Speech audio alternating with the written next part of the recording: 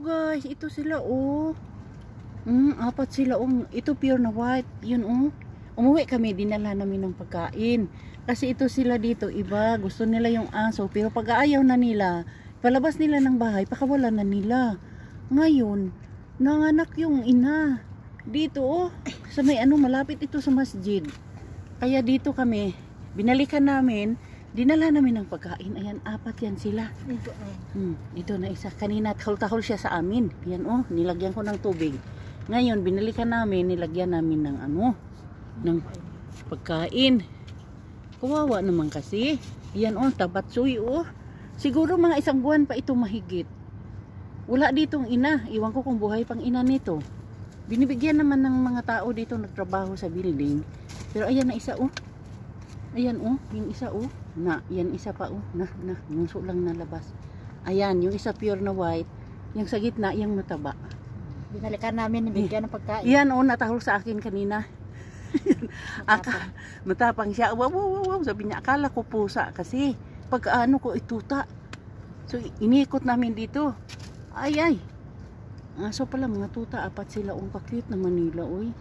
Ano ito? May lahi ito na aso. Kaso yung ina kung saan na. Iniwanan lang ng May daw si Bagat. May aso. Yan.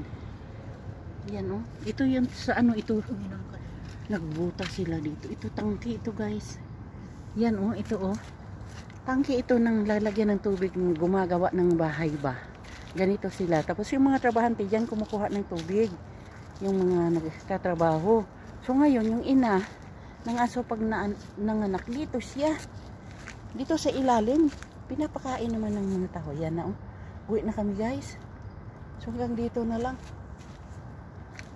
Yan, uwi na kami. Ito malapit lang ito sa tindahan. Ito masjid ito oh.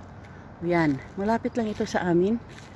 Wala pang 5 minuto. Doon ang kasama ko. Pauwi na kami.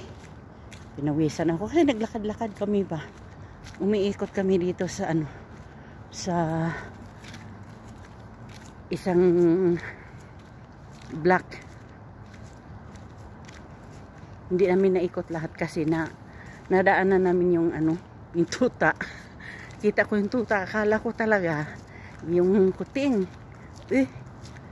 Tuta pala.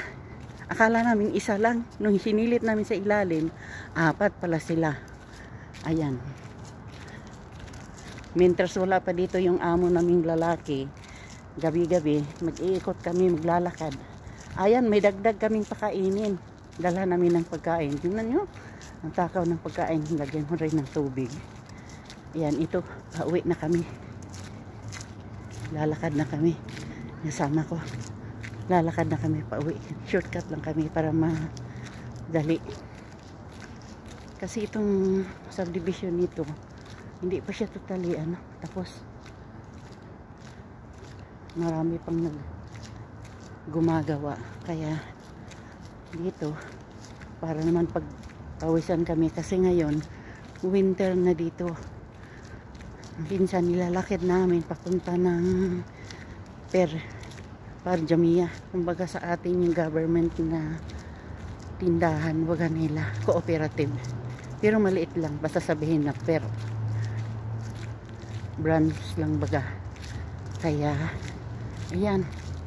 Ibang daanan ito dito, hindi namin ito dinadaanan pagka napunta kami ng tindahan. Kaso ngayon, kasi naglalakad lang kami, nagpaalam naman kami, dito kami umikot. Sinubukan namin, maghanap kami ng mas malapit pa na shortcut. Nakita ko yung yung tuta. Ayun, nakatahol pa sa akin kanina. Yun, umuwi kami kasi malapit lang naman. Umuwi kami ng kasama ko. Nakuha kami ng pagkain. Lagyan namin ng kanin. At saka yung ulam namin kanina, kadami. Adobong manok. Kaya nilagyan namin ng ulam at kanin. Ayun. Binalikan namin at pinakain ngayon. Uwi na kami.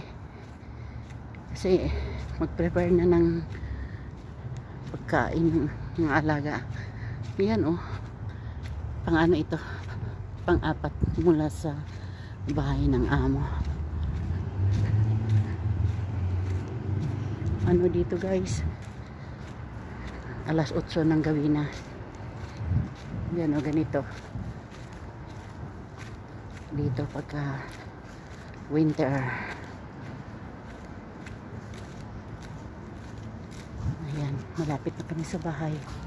Yan o, usually dyan kami dumadaan. Pero ngayon nag-shortcut kami. Ito, mga kapitbahay na to. Yan, harap ito. Sa may kusina ito. Sa likod dito. Kasi yung sa harap namin, pinaka main highway na.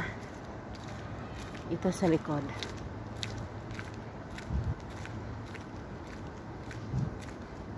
Ganito ito yung inanakan ng aso oh. Ganyan. Doon sila sa ilalim. Safety sila. Walang makagalaw sa kanila at pinapakain naman. Yan o. Yan na sa bahay na amo ko. Yan dito na kami.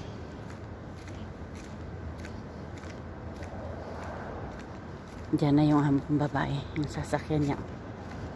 Ito yung mga bagong sasakyan. Yan. Ito. Bagong sasakyan ito. Dito na kami guys.